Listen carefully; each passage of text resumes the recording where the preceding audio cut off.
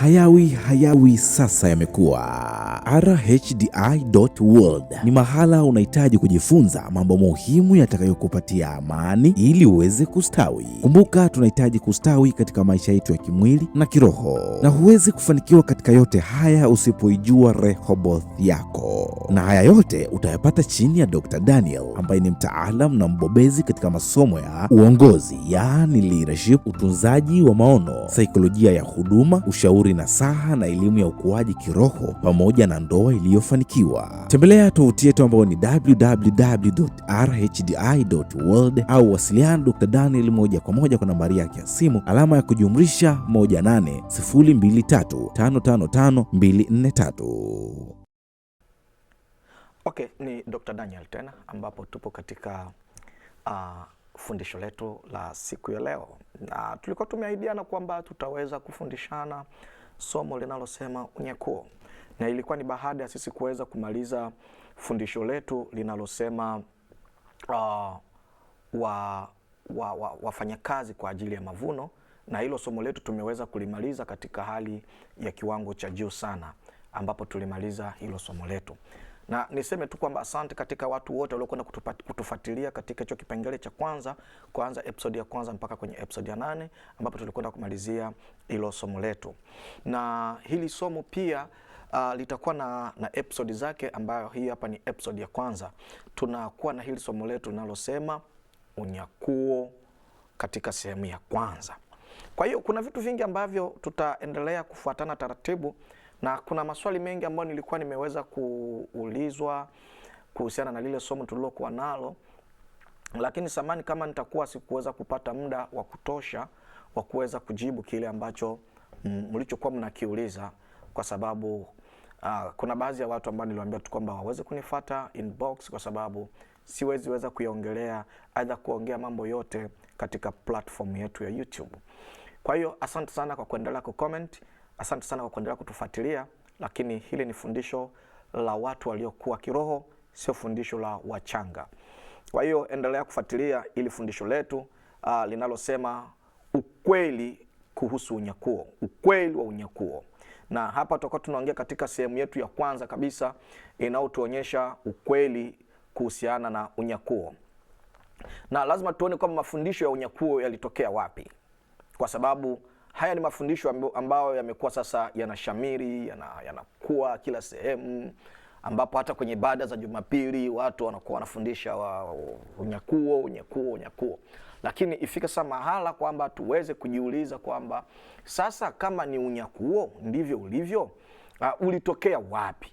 Na wazo la kanisa kunyakuliwa ni la hivi karibuni katika historia ya kanisa, aidha ni vitu ambavyo vilikuwepo kwa nyakati zote? Lakini kulingana na hili somo utaendelea kunielewa taratibu, kwa sababu ni somo ambalo linahitaji wewe kuweza kupokea hili fundisho. Lakini historia na nadharia ya unyakuo, kuna huyu bwana Edmond ambaye ningelitamani kwamba niweze kuzungumzia, kwa sababu ningelijaribu kuzungumzia Edmond, ningelijaribu kumzungumzia bwana Barker, ningelijaribu kuongelea bwana Oswald. Hawa watu watatu ningelijaribu kuongelea kile ambacho wao kama wao wameweza kukiongelea kuhusiana na historia ya nadharia ya unyakuo. Unaona? Lakini acha tu nichukue tu hii habari ya Edmond. Yeye anafungua kitabu chake kwa kusema kwa kauli ya ajabu, aidha kwa kauli hii inayosema hivi: wote walioamini kuja kwa Kristo kabla ya milenia walikuwa na nia moja kuhusu mada hii. Na hili neno aliweza kuandika katika kitabu chake, ilikuwa ni mwaka wa 1830. Wakati huo mtazamo mpya ulitangazwa kwamba kuja kwa Kristo kulikuwa hakuna tukio moja, lakini hiyo iligawanywa katika hatua. Ilianza na kufundishwa kwamba Kristo anakuja mara ya pili kutoka mbinguni kuja duniani, lakini mara ya kwanza tu hadi hewani.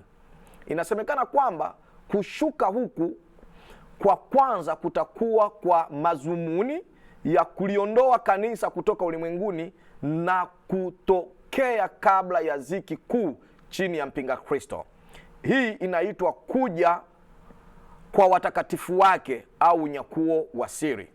Na sehemu ya pili ya kuja inasemekana itatokea wakati Kristo atakapoonekana katika utukufu na kumwangamiza mpinga Kristo. Hii inaitwa kuja pamoja na watakatifu wake.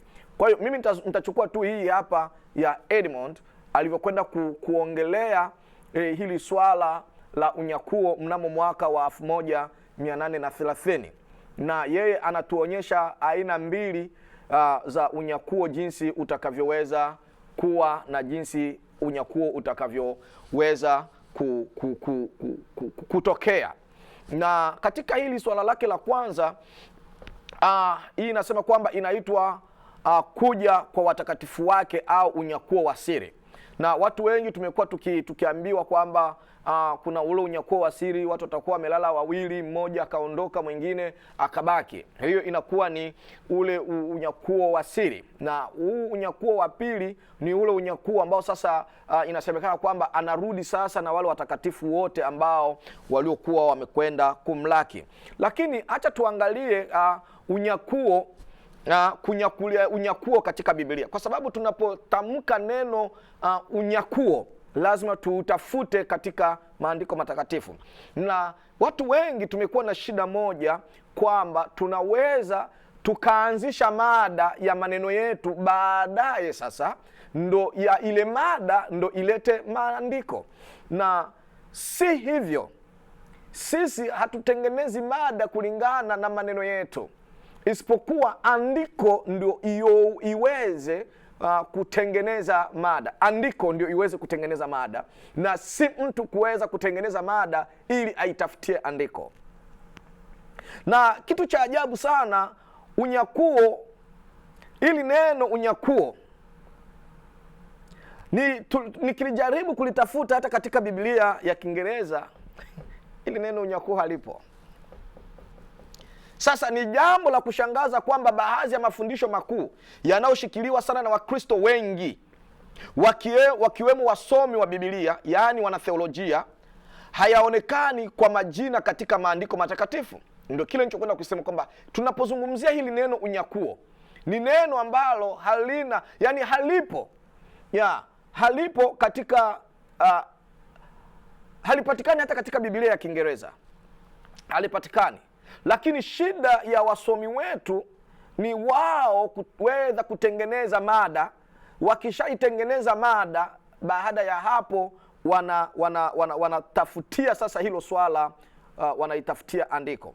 Hebu subiri nijaribu kuangalia kitu hapa, kama tutaweza kupata na nafasi hiyo tuweze kukiangalia hapa. Na hili swala limekuwa ni swala ambalo linaleta tafarani sana pale tunapokuwa tunajaribu kuongea, na tunapojaribu kuongea na wasomi, tunajaribu kuongea na walimu, inafika mahala kwamba wanashindwa kutuelewa kinagaubaga. Kwa nini tunasema hivyo? Tunasema hivyo kwa sababu hatuhitaji kuona watu wakikaririsha watu. Tunahitaji kuona watu waweze kurudi katika mfumo ambao ni halisi na mfumo wa kimaandiko. Narudia kusema hatuna haja ya kutafuta mada zetu ili kwamba ziweze kusapotiwa na Biblia hasa maandiko matakatifu, isipokuwa tunachokitafuta sisi ni kwamba Biblia yenyewe iseme, ndiposa tuweze kutengeneza mada ya kuweza kufikia watu. Kwa hiyo mpaka hapo utagundua tu kwamba neno unyakuo nikijaribu kulitafuta katika Biblia yangu ya Kiingereza aidha ya Kiswahili, ili neno unyakuo, kunyakuliwa, unyakuo halipo. Sasa ninaweza nikashangaa kuweza kuweka fundisho ambalo hata andiko lake halipo, na tukaweza kung'ang'ana na kutoka jasho katika kiwango ambacho ni cha ajabu sana. Lakini hapa nimesema jambo la ajabu kidogo, na nasema hivi: haionekani kwa majina katika maandiko matakatifu. Kile ambacho wahubiri na walimu wengi huwa wanafanya ni kukubali fundisho na kisha kwenda kwenye maandiko ili kudhibitisha fundisho hilo. Na ndilo tunachokwenda kuambia kwamba walimu wengi wanataka kutengeneza mada, aidha wanafundishwa kitu ndiposa waende kwenye Biblia ili waweze kutafuta andiko ya kuweza kusapoti hicho kitu wanachokiamini. Na hicho sasa ni kinyume ya maandiko ambayo Biblia inavyoweza kutuambia. Kwa hiyo sisi hatuhitaji kutafuta neno ili tulitafutie maandiko. Hatuhitaji kutengeneza mafundisho. Fundisho letu linatengenezwa na maneno na maandiko ya Biblia ili kwamba tuweze kwenda huko. Na acha tu niseme kwamba, sikiliza nikwambie, mafundisho yote ya kweli na umuhimu lazima yatoke kwenye kauli iliyo wazi katika maandiko na yaweze kuthibitishwa kwa urahisi kutoka kwa maandiko.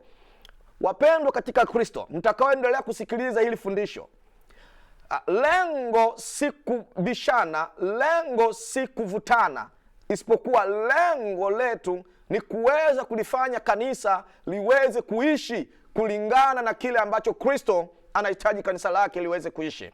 Kanisa liweze kuishi kulingana na kile ambacho yeye Kristo anakisema na kile ambacho Kristo anakihitaji. Hatuna haja ya kufanya yaliyo yetu. Hatuna haja ya kubuni yaliyo yetu. Kusudi kubwa ni kuhakikisha kwamba watu wote wamemrejea Kristo na watu wote wanaheshimu Biblia ambayo ndio maandiko matakatifu. Kwa lugha nyepesi sana huwa ninasema Biblia ndiyo katiba ya kanisa. Kwa hiyo hatuwezi tukaenda kinyume ya katiba ya Kristo, ambao katiba ya Kristo ni Biblia. Hebu tujaribu kuangalia kidogo kuhusiana na kamusi ya Oxford inavyosema kuhusiana na neno unyakuo. Hii kamusi ya Oxford inasema unyakuo, maana ya hili neno unyakuo ni usafiri wa kiakili, furaha, ni furaha ya furaha. Sijui kama nikisema furaha ya furaha utanielewa. Kwa hiyo hili neno unyakuo kulingana na hii kamusi ya Oxford, maana ya neno unyakuo, maana yake ni usafiri wa akili, aidha usafiri wa kiakili, furaha ya furaha.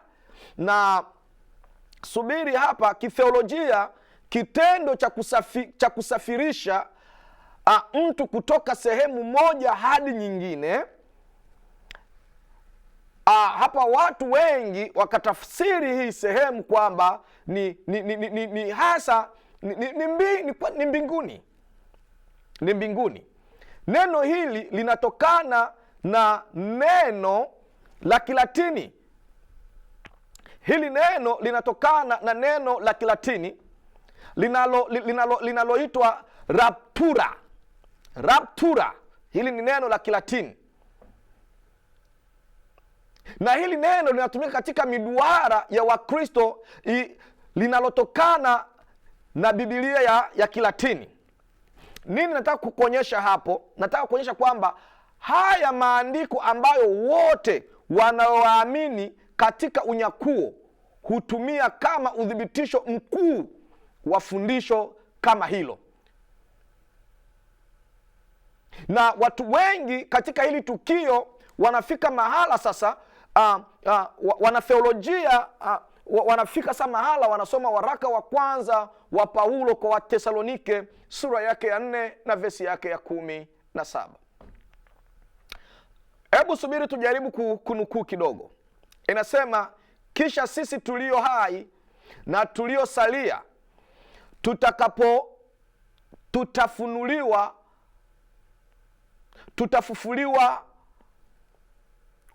tutafufuliwa kwanza pamoja nao. Hebu subiri nitafute tafsiri iliyo sahihi hapa ili kwamba tuweze Sorry kidogo, nitafute tafsiri iliyo sahihi hapa ili kwamba iweze kusaidia hapa kidogo. 17. Kisha sisi tulio hai tuliosalia tutanyakuliwa pamoja nao katika mawingu ili tumlaki Bwana hewani. Ili tumlaki Bwana hewani, na hivyo tutakuwa pamoja na Bwana milele. Sasa tujaribu kuangalia haya maneno yanayotumiwa na wasomi wa theolojia.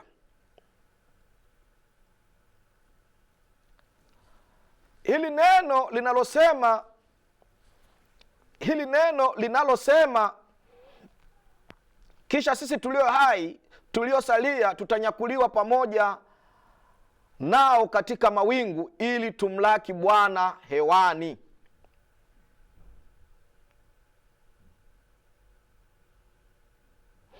Na ukisoma tafasiri nyingine inasema kisha sisi tulio hai na tuliosalia tutafufuliwa kukamatwa pamoja nao mawinguni ili kumlaki Bwana hewani, na hivyo tutakuwa pamoja na Bwana milele. Lakini mimi nilikuwa ninafikiri kwamba niweze kutumia hii tafasiri ya kukamatwa. Ukiangalia hili neno kukamatwa katika tafsiri ya concordance ya Strong, hili neno katika tafsiri ya concordance Strong, ukurasa wake wa 726, hili neno kwa Kigiriki maana yake kukamata, kunyakua, chukua kwa nguvu, yani kukamata kwa nguvu. Sasa neno hili linaelezea kitendo cha Roho Mtakatifu katika kuhamisha. Kwa mfano hapa tunaweza tukaangalia jinsi Roho Mtakatifu alivyomkamata, alivyomuhamisha Filipo katika Matendo ya Mitume sura yake ya 8 na 39.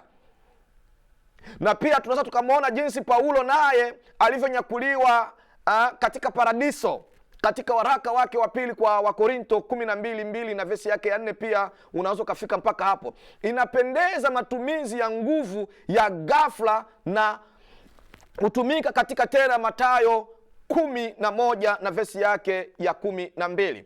Lakini lazima tujiulize, anaposema watu wataweza kunyakuliwa, watu wataweza kunyakuliwa, kisha na sisi tulio hai tuliosalia tutanyakuliwa pamoja nao katika mawingu ili tuweze kumlaki Bwana.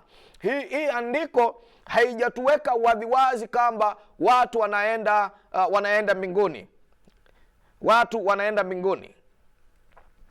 Na hili fundisho hapo halijatuonyesha kabisa kwamba watu wanaenda mbinguni. Nini maana yake? Maana yake tutakuja kuiona pale tunapoendelea kuongelea katika hili fundisho letu katika hii episode yetu ya kwanza. Acha niende. Neno linalosema kuchukuliwa, inashangaza kwamba neno kuchukuliwa aidha mbinguni, ambayo hutumika katika Matendo ya Mitume sura yake ya 1 na vesi yake ya 2, aidha Matendo 2 vesi yake ya 11 na vesi yake ya 22, katika Marko 16 na vesi yake ya 19, aidha Matendo ya Mitume 10 na vesi yake ya 16, na katika waraka wa kwanza wa Paulo kwa mwanae Timotheo 3:16. Imepokelewa tofauti kabisa na jinsi haya mambo yalivyohitaji kuweza kuwa. Kwa nini nataja andiko nyingi? Nataka nikuonyeshe hili fundisho la unyakuo jinsi linavyokuwa na jinsi ambavyo linavyofundishwa kinyume ya kile ambacho Biblia inavyokwenda kutuonyesha. Kwa hiyo tunaangalia ni maneno yaliyoambatana, na haya maneno yakiashiria kuchukua. Hili neno tofauti sana na neno harfozazo ambalo ina maana kukamatwa katika waraka wa kwanza wa Paulo kwa Wathesalonike 4:17 tulivyokwenda kuona. Kunyakuliwa katika mstari huu ni kukutana na Yesu hewani. Narudia, kunyakuliwa katika mstari huu ni kukutana na Yesu hewani. Hakuna maana hata kidogo kwamba hii linamaanisha kuchukuliwa mbinguni. Narudia kusema na tena naomba unielewe. Kwa hiyo hapo juu nilikuwa nakupatia ufafanuzi wa maneno kadha wa kadha ili uweze kunielewa kwa kiasi kidogo sana. Kwa maana hiyo nataka nikuonyeshe kwamba waraka wa Paulo kwa Wathesalonike wa kwanza sura yake ya 4:17, kunyakuliwa katika mstari huu ni kukutana na Yesu hewani. Hakuna maana hata kidogo kwamba neno hili linamaanisha kunyakuliwa kwenda mbinguni, aza kunyakuliwa mbinguni. Okay, hebu tujaribu kuangalia hili neno kuja. Acha nijaribu kuangalia hili neno kuja, na kabla sijaingia kwenye hilo neno kuja, niache na kupatia kitu fulani ambacho kitakuweza kukuweka mindset yako iweze kuwa vizuri. Inaposema tutanyakuliwa, sio neno unyakuo. Na anasema tunakwenda kumlaki Bwana. Lazima katika mind yako, katika akili zako uweze kuweka neno kulaki. Lazima uweze kuelewa maana ya kulaki. Nataka niache na kutengenezea msimamo hapo ili uweze kuelewa hili neno maana yake ni nini. Tunapozungumza kulaki, aidha kumlaki mtu, kwa Kiswahili chepesi na kilichozoeleka ni kupokea. Na tunaposema kupokea mtu, ni kwamba hakuna aliyekwenda kumpokea mtu na akaenda naye kule anakotoka yule anayepokelewa, isipokuwa yule anayepokea mgeni wake uja naye nyumbani kwake. Liweke akilini, litakusaidia. Nasema liweke akilini, litakusaidia. Lakini hili neno kuja, tukijaribu kuliangalia katika concordance ya Strong ya ukurasa wake wa 3952, maana yake ni kwamba kiumbe kilicho karibu, yaani ujio, mara nyingine urudi, asa Kristo kuadhibu Yerusalemu au hatima ya waovu. Hili neno linatokana katika wa ukurasa ambalo limebeba maana ya kuwa karibu, yaani ujio ulioandaliwa, katika neno la kifundi linaloashiria ujio wa pili wa Kristo. Halikutumika kamwe kuelezea ujio wake wa kwanza, bali lilitumika kuelezea uwepo wa Kristo pamoja na wanafunzi wake kwenye mlima wa kubadilika sura, ambayo inapatikana katika waraka wa pili wa Petro sura yake ya kwanza na vesi yake ya 16, ambapo sasa parusia hapo awali ilikuwa neno rasmi la ziara ya mtu wa cheo cha juu, hasa mtu anayeitwa mfalme. Ilikuwa ni kuwasili ambapo kulijumuisha uwepo wa kudumu tangu wakati huo na kuendelea. Kufika kwa Masihi aliyetukuzwa kutafuatiwa na makazi ya kudumu pamoja na watu wake waliotukuzwa. Kwa hiyo tunapotazama waraka wa kwanza wa Paulo kwa Wakorinto sura yake ya 15 na vesi yake ya 23, utajiri wa neno katika Masihi mapya yaliyojazwa na Roho Mtakatifu.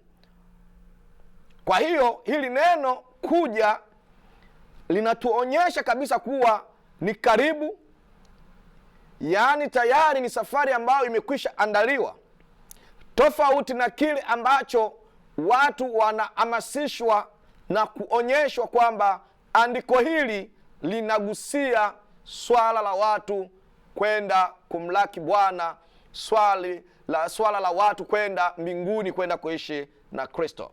Hii sio andiko inayotuonyesha kwamba sisi tunakwenda kuishi mbinguni, isipokuwa ni andiko inayotuonyesha kuna kumlaki Bwana aliye tayari kujiandaa, amekwisha jiandaa.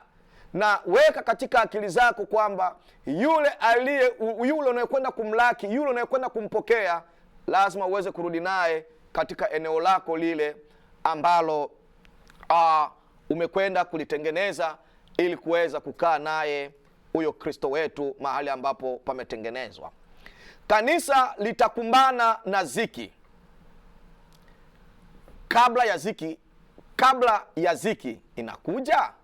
Kanisa la Agano Jipya halikufundisha unyakuo wala halikufundisha kuja kwa Yesu Kristo kabla ya ziki ya miaka 1000. Narudia kusema, kanisa la Agano Jipya halikufundisha unyakuo wala halikufundisha kuja kwa Yesu Kristo kabla ya ziki ya miaka 1000. Na tukitazama katika Mathayo 24:15-16, Yesu anawaonya wanafunzi wake akiwaambia kwamba mtakapoona chukizo la uharibifu lililonenwa na nabii Danieli, ndipo walioko Uyahudi wakimbilie mlimani. Lakini pia Luka naye anaweka wazi, lakini mtakapoona Yerusalemu imezungukwa na majeshi, basi jueni ya kwamba uharibifu wake umekaribia, ndipo walio katika Uyahudi wakimbie. Luka sura yake ya 21 vesi yake ya 20-21. Ukiwa huo ulikuwa ni majeshi na hapo alikuwa kipindi hicho, kwa sababu Yerusalemu na Israeli ilikuwa chini ya umiliki wa jeshi la Kirumi yaliyozunguka Yerusalemu na hatimaye kupora jiji, ikiwa ni pamoja na uharibifu wa hekalu. Kwa hiyo acha tuweze kuendelea katika nafasi nyingine ambayo tutakwenda kuiandaa kwa ajili yako ili uweze kutuelewa vizuri. Ni vizuri kwetu kuwa na uelewa fulani kuhusu uharibifu wa kihistoria wa Yerusalemu mwaka wa 70 BK kama Yesu alivyotabiri kwa mitume katika Mathayo 24, Luka 21 na Marko 13. Kuanza wakati wa kifo cha Yesu, Wayahudi hasa walioishi katika jimbo la Rumi la Yudea walikuwa katika migogoro ya mara kwa mara na mabwana zao wa Kirumi. Kulikuwa na mahasi mengi, uongo ulikisiri, waliibuka na walikusanyika magenge mengi, kadhalika silaha, vitu kama hivyo kwa kipindi hicho cha utawala wa Kirumi. Kwa hiyo haya ni maneno ambayo yalikuwa yakiongelewa ili kutukumbusha historia ya taifa la Israel walipokuwa chini ya milki ya taifa la Kirumi, walipokuwa wakiweza kuongozwa na taifa la Rumi. Kwa hiyo acha kuyaweka haya mambo kama sehemu ya ziki kuu inayokuja huko mbeleni. Acha kuweka haya maneno yaweze kusapoti kile ambacho Biblia haijakupatia andiko kuhusiana na swala linaloitwa unyakuo. Hayo ni maneno ambayo mnatunga nyinyi wenyewe na elimu zenu ambazo zinatengenezwa ili kutafuta mijadala na kutafuta maandiko kuweza kusapoti mijadala yenu. Na mpaka hapo nitasema Mungu aweze kuwabariki na tukutane tena katika episode nyingine, na shalom shalom. Amen.